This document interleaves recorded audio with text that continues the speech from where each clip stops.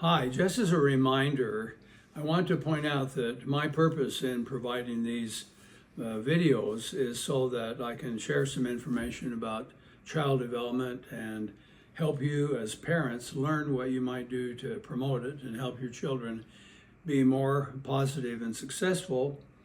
Plus, I've learned that when parents know a great deal about how children develop, they tend to be more clever and responsive in coming up with cool things to do to help their children. And so I'm hopeful that I'll be able to present several of those.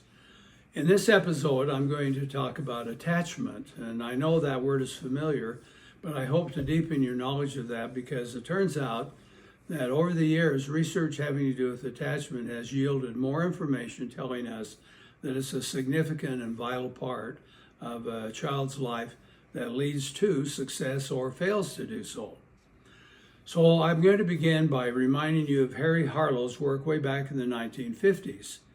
This is when he worked with chimpanzees and didn't let them see their mothers, grew them in a group, and then did things to test what was important. He provided a surrogate mother of a terry cloth and a surrogate mother of wire, but that's where they fed. And when they were scared, he reported that they went more to the terry cloth mother than to the wire mother where they were fed. I also want to remind you of another correlating theory to attachment, which is called imprinting. And this is where animals, for example, will imprint on the first thing that moves. And when it moves, then they lock on, and that's how baby ducklings get to the water, and it's how animals imprint to their parents and so on. This is not the same thing as human attachment. So human attachment was brought to us by John Bowlby and Mary Ainsworth. And they reported that it follows some kind of a system, which they called a attachment behavioral system of some kind. And all that means is that you start out and at about 6 months of age, about that period of time, 6 or 8 months, babies begin to experience anxiety.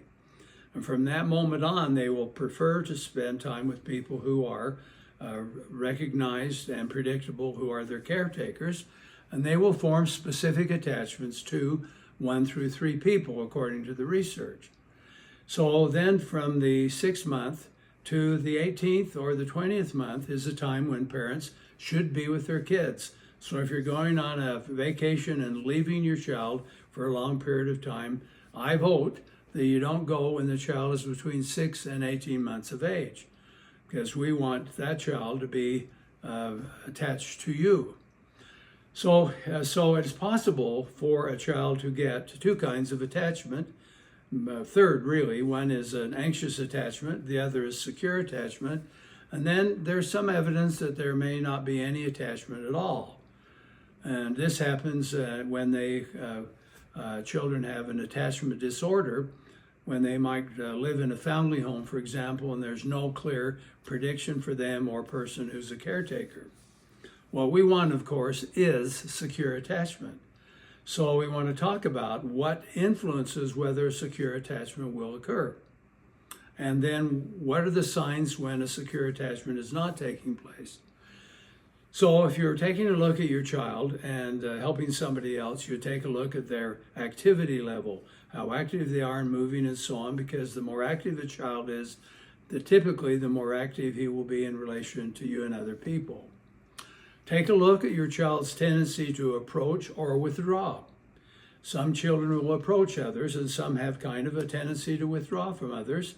And the ones who approach are typically better able to have a secure attachment than the ones who withdraw. This introduces a very important concept to children. It's called synchrony. And this synchrony, interpersonal synchrony between touch and kindness and words and language and speaking and so on, turns out to be part of the basis of all successful relationships thereafter. When a person cannot participate in this synchrony, they have difficulty with relationships. It's like later on, a boy is dating a girl, tells her he has a great time, tells her he'd like to see her again, but he doesn't call for 3 weeks or 4 weeks without a good excuse. He doesn't know how to participate in synchrony.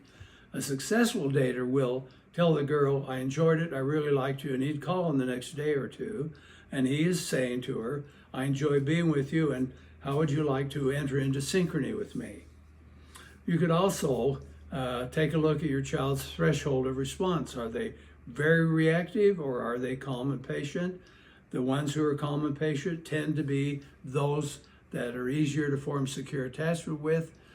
And then another factor we want to pay attention to is called distractibility or attention span. Children differ in their attention span, and so the child who has a better ability to focus and pay attention to your face and to other things going on around, that child is more likely to be ready to participate in a secure attachment. Now, what are the signs that an insecure or an anxiety attachment is taking place? Well, you'll have difficulty comforting the child. He'll cry and you'll comfort, and it won't take place. 2, the child will be less curious and less adventurous. He just won't go out, crawl around and so on. He'll stay in the same place. And there will be indifference where a child should be wary. It's normal for a child to be afraid of new people, to be afraid of heights, and so on. And kids who have an insecure attachment, they're indifferent to that. They'll go to other people, do all sorts of things that create risk. Now, this ends this episode on attachment, and I remind you that the reason for doing this is so that you can start out, or you can have your children who are married and having their children learn how important attachment is and be skillful in doing it. Now, a creative idea about attachment. Suppose you played music. Suppose you practice talking to the child when you're changing diapers. Suppose you touch and caress and so on. You do all those things.